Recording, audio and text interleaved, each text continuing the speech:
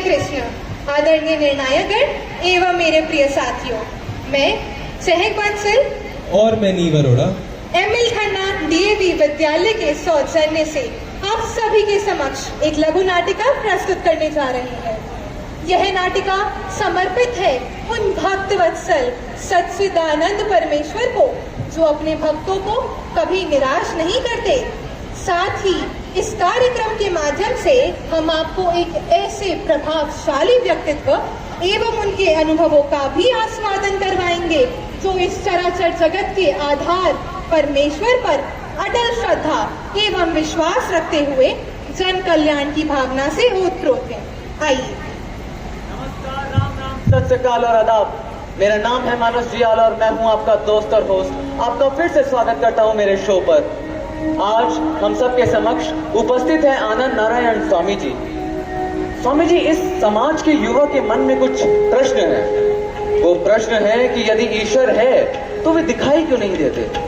वो तो सर्वशक्तिमान है, सर्व विद्यमान है, तो इस समाज में इतनी कुरीतियां क्यों है? युवा को मानस, आज के युवा को चारित्रिक गुणों, हमारी परंपरा, सभ्यता, मानवीय मूल्य, इनसे कभी परिचित ही नहीं कराया गया और सद्मार्ग न दिखाए जाने के कारण कहीं ना कहीं वे कुमारगामी हो गए हैं और आज हमारे समाज के लिए एक चुनौती बन गए। तो स्वामी जी आप बताइए, ऐसे में हम क्या करें? इन युवाओं को सकारात्मक दिशा में ले जाने हेतु हम किस प्रकार प्रयत्न करें? सर्वप्रथम आप मेरे साथ कुछ दृष्टांत देखिए। मुझे पूर्ण विश्वास है कि ये दृष्टांत आपके सभी संशयों का समाधान स्वयं में समन्वित किए हुए होंगे। आइए। आप सभी का हार्दिक अभिवादन। तो लीजिए, प्रस्तुत है आपके समक्ष एक लघु नाटिका जिसमें श्रीमती राधा रानी अपने भक्त की दुविधा को दूर करने हेतु एक बालिका के रूप में श्री रूप गोस्वामी जी के समक्ष प्रकट होती हैं और उनके जीवन को धन्य कर देती हैं। वासुदेवाय ओम नमो भगवते वासुदेवाय।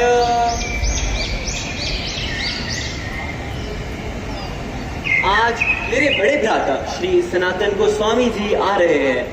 मुझे उनके लिए कुछ भेंट तैयार करनी चाहिए। क्यों ना फिर मैं अपने बड़े भ्राता श्री सनातन गोस्वामी जी के लिए खीर तैयार करूं।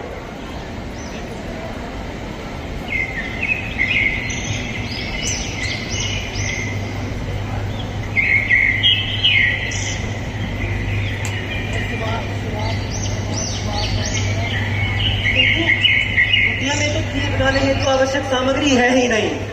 मुझे संभवतः ये विचार ही त्यागना पड़ेगा। राधा रानी ने ना जाने कैसे उनके मन की इस इच्छा को जान लिया। मेरे मन में कोई इच्छा जागृत हो और वो पूर्ण न हो, ऐसा तो हो ही नहीं सकता। राधा रानी एक अलौकिक सौंदर्य से गांव की बाला का रूप धारण कर लेती है और जा पहुंचती है श्री रूप गोस्वामी जी के द्वार पर।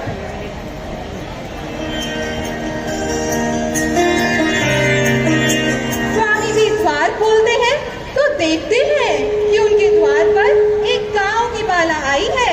उसके हाथ में कुछ भोज्य सामग्री भी है। स्वामी जी, मेरी मैया ने आपके लिए कच्चे चावल, दूध व चीनी भिजवाई है। कृपया कर आप इसे ग्रहण कीजिए। हे बालिका, तुम कौन हो और इस प्रकार ये खाद्य सामग्री लाने का क्या कारण?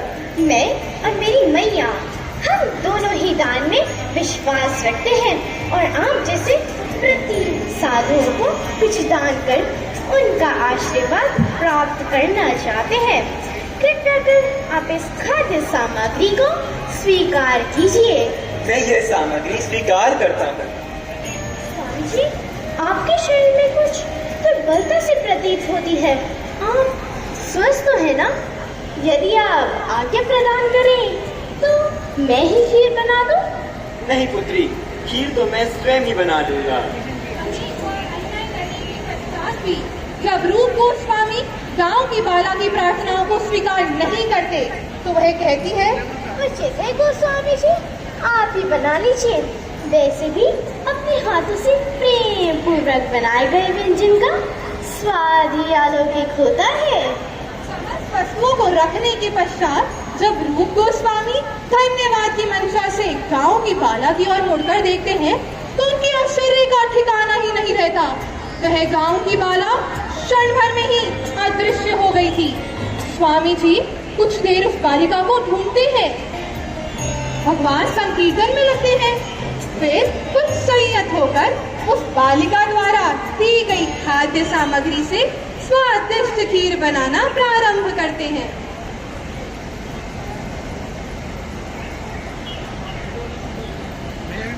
कुछ समय पश्चात सनातन गोस्वामी कुटी में प्रवेश करते हैं।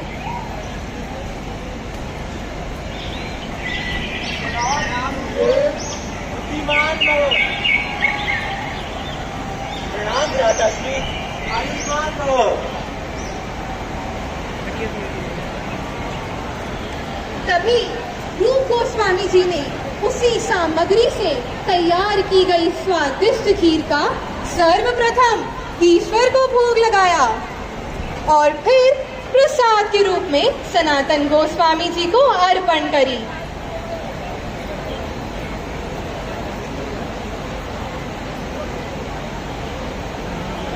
उसको ग्रहण करते ही उनके मन मस्तिष्क में मानो एक नवीन ऊर्जा और आनंद का संसार होने लगा।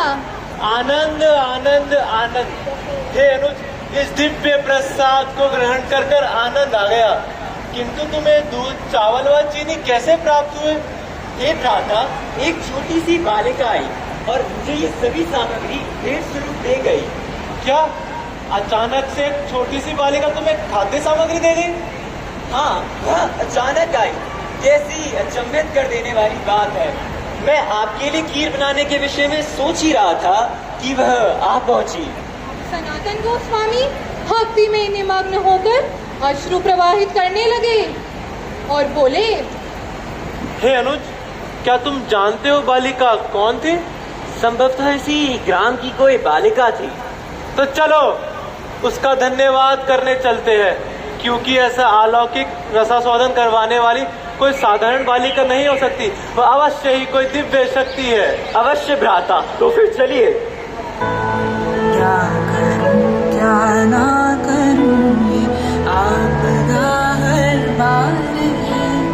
क्या करूं क्या ना करूं, ये आपदा हर बार है। और रूप गोस्वामी उस बालिका के घर तक जा पहुंचते हैं। अरे कुटिया में कोई है क्या? एक तरफ है घर पर उस बालिका की माता से मिलते हैं। अरे माते, आपकी बालिका कहाँ है? हम उससे धन्यवाद करना चाहते हैं। आप किस बालिका की बात कर रहे हैं? यहाँ तो कोई भी बालिका नहीं है। आज हमारी कुटिया पर एक छोटी सी बालिका आई थी। किंतु हे संतो, मेरी पुत्री तो बहुत बड़ी हो चुकी है, विगत कुछ वर्षों से इस ग्राम में नहीं आई है। दोनों भ्राता एक दूसरे को चकित होकर देखते हैं और पश्चाताप के अश्रु बहाने लगते हैं। भ्राता, ये हमसे क्या अपराध हो गया? आप भी उन्हें पहचान ना सके, वो स्वयं श्रीमती राधा रानी थी। हमसे घोर अपराध हुआ है। हम राधा रानी को पहचान न सके, जिसकी सेवा करके हम अपने पापों से मुक्त हो सकते थे। उस त्रिभुवन स्वामिनी से हमने सेवा ली। हम दंड के अधिकारी हैं। धिक्कार है हम पे, धिक्कार है। हमें क्षमा कर दीजिए, हमें क्षमा कर दीजिए माँ, हमें क्षमा कर दीजिए। अपने इस अपराध का बोध करते हुए सनातन गोस्वामी और रूप गोस्वामी उस बालिका की प्रार्थना करते रहते थे एवं निरंतर राधा रानी और श्री कृष्ण की भक्ति में निमग्न रहते थे। वास्तव में ऐसे भक्त सौभाग्यशाली होते हैं जिन्हें ईश्वर स्वयं प्रसाद के रूप में अमृत रूपी आशीर्वाद प्रदान करते हैं। आज जब भी कोई भक्त टेर कदम जाता है तो उन्हें टेर कदम के दर्शन के उपरांत खीर प्रसाद के रूप में दी जाती है। मानस के हृदय में एक अलौकिक वात्सल्य रस का समावेश कर उसे आनंद रूपी क्षीर सागर में निमग्न सा कर देती है। भगवान को अपनी गैया है अति प्रिय और गैया का भी स्नेह इनसे कम नहीं है। इनकी मुरली की मधुर तान पर खींची चली आती है सबकी सब। भगवान के मुरली के मधुर स्वर है ही कुछ ऐसे कि मानव तो मानव जीव, पशु पक्षी एवं सृष्टि का कर्ण कर्ण भाव विभोर होकर नृत्य करने लगता है इसकी मधुर तान पर। इस विषय में वैष्णव भक्तों की कुछ ऐसी मान्यता है कि कान्हा जी इस स्थान पर अपने प्रिय गैयों के समूह को टेर लगाते थे।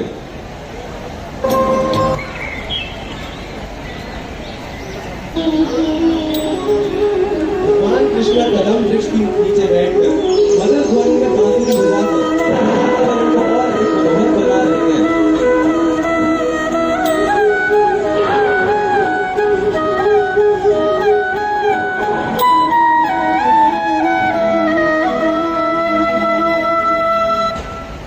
कान्हा, गोधूली का समय हो रहा है, चलो अब वापस चलते। अवश्य, परंतु पहले मुझे अपनी धेनुओं को बुला लेने दो। तो अब तुम अपनी धेनुओं को वापस लौटने का संदेश देने के लिए कदम के वृक्ष पे चढ़ोगे? हाँ, अब मुझे अपनी धेनुओं को गृह को वापस चलने का संदेश देना होगा। अरे वासुदामा, कृष्ण कदम की शाखा पर चढ़ेगा, वह अपनी बांसुरी की मधुर ध्वनि से अपनी प्रत्येक धेनु को वापस लौटने का संदेश प्रदान करेगा। वृंदा, कन्हैया तो कदम के वृक्ष पे चढ़ के टेर लगाता है। टेर?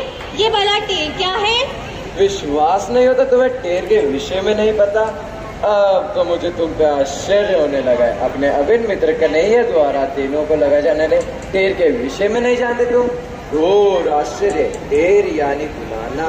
अब तुमने बता दिया है ना, तो मैं सदैव ध्यान रखूंगी। कृष्ण, अब जल्दी कदम की शाखा पर अरुण होकर प्रारंभ करो टेर लगाना, अन्यथा आज रात्रि यही व्यतीत करनी होगी। नहीं मित्र, ऐसा ना कहो। मुझे अंधकार से बहुत भय लगता है। कहते हैं अंधकार में यहाँ राक्षस घूमते हैं। और कहीं किसी हिंसक पशु ने अपना भोजन बना लिया तो? कान्हा शीघ्र करो, टेर लगाना प्रारंभ करो। भयभीत ना हो मित्र, मैं अभी कदम की शाखा पर चढ़ता हूँ। भगवान श्री कृष्ण कदम वृक्ष की शाखा पर चढ़ते हैं। वे अपनी बांसुरी से टेर लगाना प्रारंभ करते हैं। उनकी बांसुरी की टेर सुनकर मानक धनी एवं गंगा धेनु वहां आ पहुंची।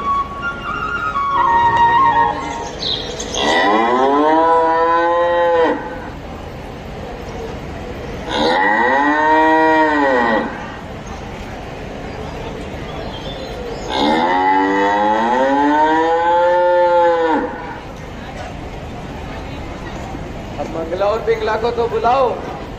कृष्ण पुनः टेर लगाते हैं। मंगला और पिंगला कदम के वृक्ष के नीचे आकर रंभाने लगती है।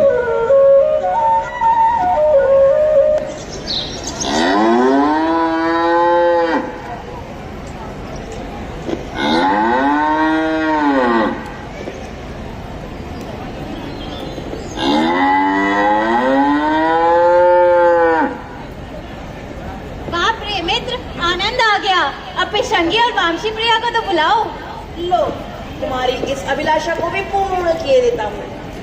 भगवान द्वारा टेर लगाए जाने पर पिशंगी व वामशी प्रिया भी वहां उपस्थित हो जाती है।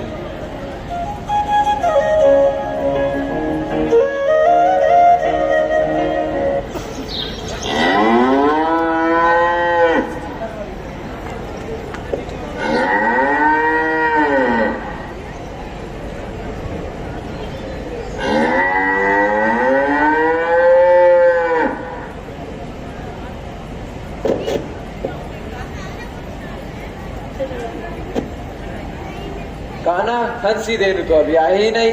कृष्ण जब तक अपनी सुमधुर ध्वनि से हंसी धेनु को नहीं बुलाता, वह नहीं आएगी। कन्हैया जल्दी करो, अंधकार छाने ही वाला है। हंसी को टेर लगा के जल्दी बुला लो। जैसी तुम्हारी इच्छा। भगवान द्वारा टेर लगाए जाने पर हंसी भी वहां उपस्थित हो जाती है।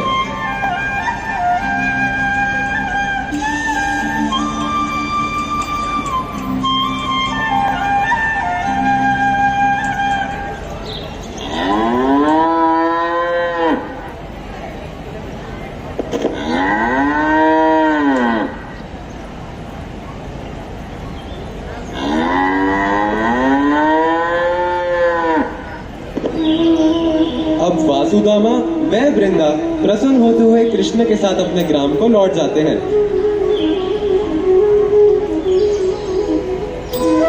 तो यह थी श्री कृष्ण की लीला, जिसमें भक्तों और सखाओं के लिए समर्पण का भाव दृष्टिगत होता है। प्रभु सदैव भक्त के वश में रहते हैं, तो क्यों ना ऐसे परम पूजनीय भगवान को मन में बिठाकर उनके भजन कर हम अपने जीवन को धन्य बनाएं। जय श्री कृष्ण।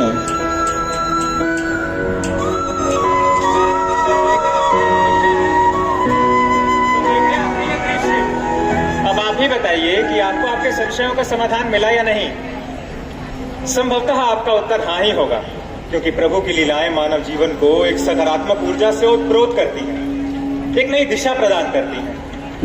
मानस, यदि भगवान के प्रति आपकी सच्ची श्रद्धा है तो वे अपने अस्तित्व का प्रमाण देते हुए स्वयं आपके समक्ष प्रकट होते हैं, आपको कभी डगमगाने नहीं देते।